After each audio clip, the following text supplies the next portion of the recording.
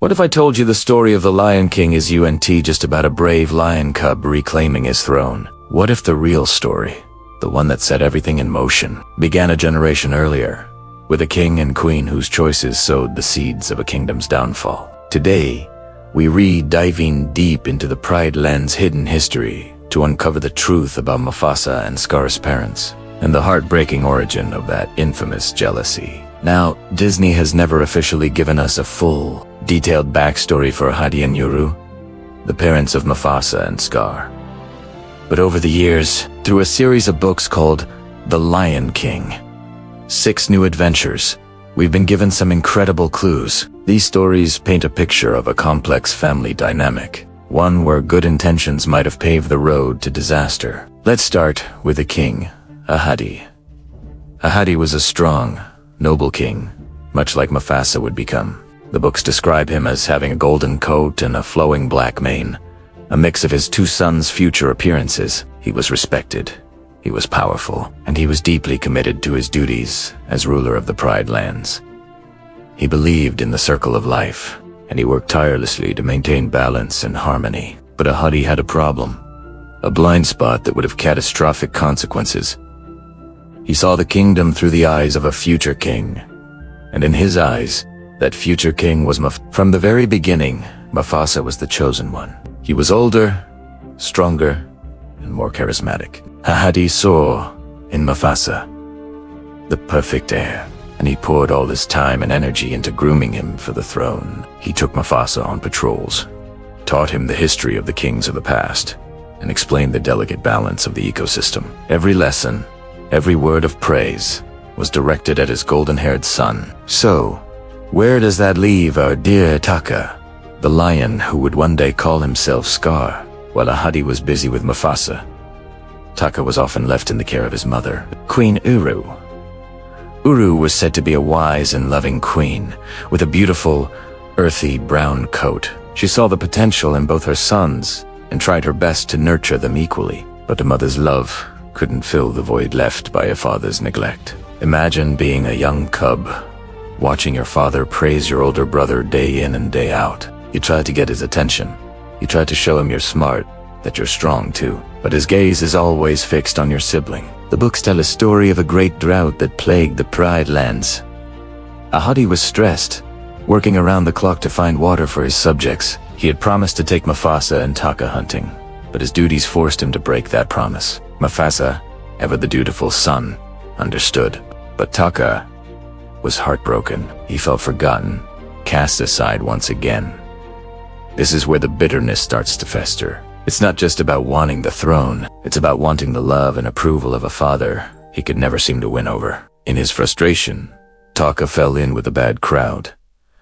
The hyenas. He concocted a plan to make his father look bad and Mufasa look weak.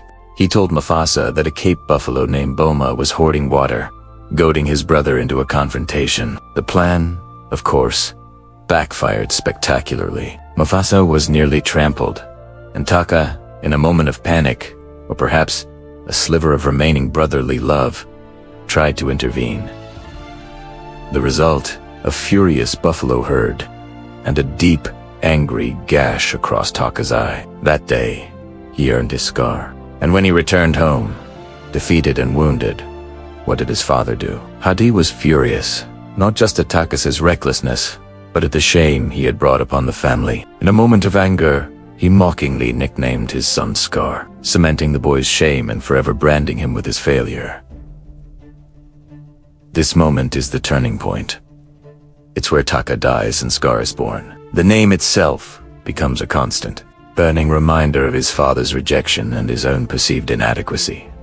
He wasn't just the second-born anymore. He was the scarred one, the failure. While Mufasa was destined for the sunlit peak of Pride Rock, Scar was relegated to the shadows, both literally and figuratively. Hadi wasn't necessarily a bad lion. He was a king, focused on the future of his kingdom. But in his single-minded focus on his heir, he failed to be a father to his other son. He created the very monster that would one day destroy his legacy. He taught one son he was everything and the other that he was nothing. And in a world where your place in the pride is everything, that's a dangerous lesson to teach. The jealousy that consumed Scar wasn't born in a vacuum.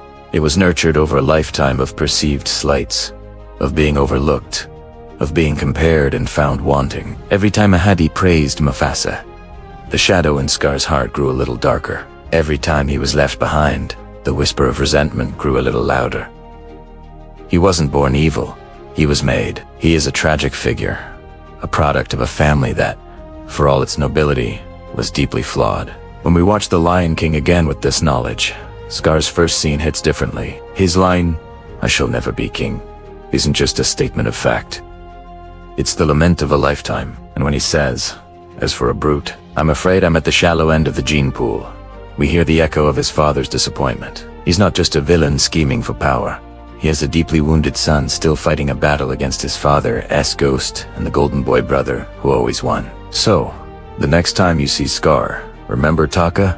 Remember the little cub who just wanted his dad to take him hunting. The story of the Lion King is a tragedy, not just for Mufasa and Simba, but for the brother who was lost long before he ever took a life. The jealousy wasn't just born, it was raised. Unlike Ahadi, whose focus was external on the kingdom, Uru's focus was internal, on her family's well-being. There's a poignant moment where she finds Taka sulking and tries to explain Ahadi's responsibilities. But the damage was already done. Taka felt that even his mother's comfort couldn't he make up for his father's neglect. Uru was caught in an impossible situation, trying to mediate between a duty-bound husband and a resentful son. This family dynamic provides the perfect breeding ground for jealousy. Taka, already feeling second best, starts to fall under the influence of three troublemaking hyenas: Shenzi Bonsai and Ed. Yes, the very same ones. They prey on his feelings of inadequacy. They whisper in his ear, telling him that if he could just make Mufasa look foolish and incompetent, Ahadi would finally have to notice him. They plant a seed of a truly terrible idea. Trick Mufasa into a confrontation with a grumpy Cape of Aloe named Buma, who had claimed one of the last remaining water sources for his herd. Taka, desperate for his father's validation, goes along with the plan.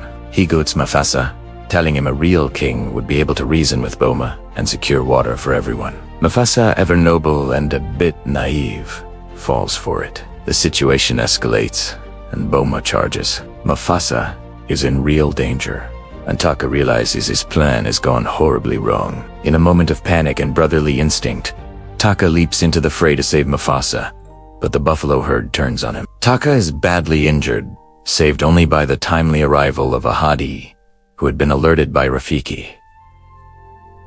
This is the pivotal moment. Ahadi is furious, not just at the chaos, but at Taka's recklessness. When Taka tries to explain that he was only trying to help, Ahadi dismisses him, saying his help nearly got his brother killed. Then comes the most devastating blow. Taka, wounded and bleeding from a cut over his eye, is chastised by his father. And in a moment of bitter irony, Taka declares that from now on, he should be called Scar, as a permanent reminder of his father's foolish mistake in judging him. He embraces the name as a symbol of his pain and his father's perceived injustice.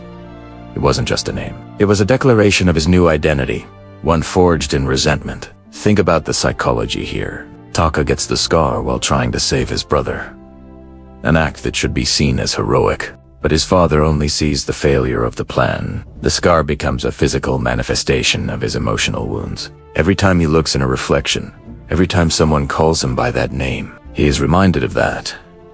Day to day, he tried to win his father's approval and ended up being permanently marked by his failure and rejection. Ahadi, for his part, failed to see the desperation behind his son's actions. He saw only a reckless challenge to his authority and a threat to his chosen heir. The story of Ahadi, Uru, Mufasa, and Taka is a classic tragedy of family dysfunction. It's not a simple story of good versus evil. It's a nuanced tale of a well-intentioned but flawed father, a loving but perhaps powerless mother, a favored son, and a neglected child. Ahadi's focus on his kingdom led him to neglect the kingdom within his own den. Uru's love wasn't enough to heal the wounds inflicted by this imbalance. The drought in the Pride Lands was mirrored by an emotional drought in their family, and from this arid ground of neglect and jealousy, the villain we know as Scar was born. His evil wasn't innate. It was cultivated, watered by years of feeling invisible and unloved. This backstory adds so much depth to Scar's character in The Lion King. His line, "As far as brains go, I got the lion's share.